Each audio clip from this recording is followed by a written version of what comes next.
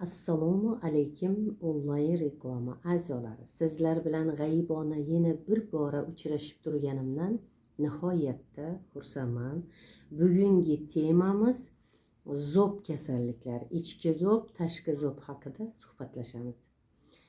Bizning Nur Aziz sog'lomlashtirish markazimizda tabiiy giyohlari, malham, siroplari yordamida ichki zo'b, tashqi zo'bga shifosi bor. Bemalol kelib, lichina olib, zo'bdan butunlay forig' bo'lasizlar. Zo'bdan butunlay qutulasizlar. Allohning qudrati ila 30 yillik ish faoliyatimiz hozirgi kunda ko'p insonlar uchrab turibdi. Bemorlarimiz ayniqsa yoshlarda ko'proq, hali voyaga yetmagan yosh bolalarda ko'proq.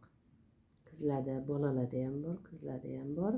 Bolalarda ham uchrab turibdi, redki qiz bolada ko'proq. Qachon bola zo'b bo'ladi?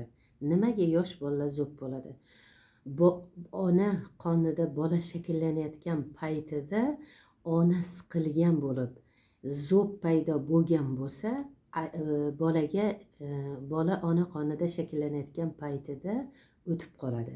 Shuning uchun iloji boricha imkon qadar siqilmaslikka, siqilgandan keyin shunaqa holatga kelib, zo'b paydo bo'lgandan keyin zo'bni davolatish kerak.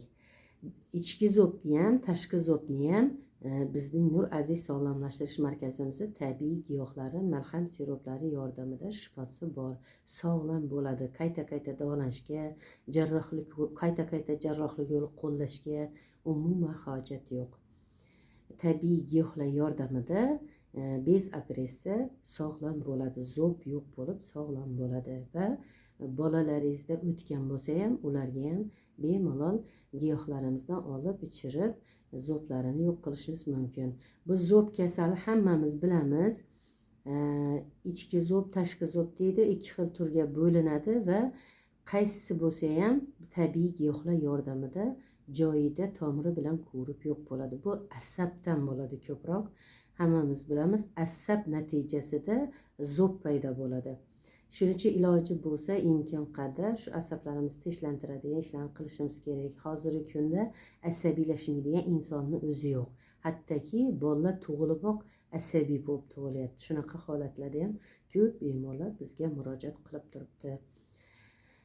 Allohning qudrati ila tabiiy giyohlar, malham, siroplarimiz yordamida qayta operatsiyaga, qayta davolanishga umuman hojat yo'q. Sog' bo'linglar, omon bo'linglar, layklaringizni bosaveringlar, shifosi bor.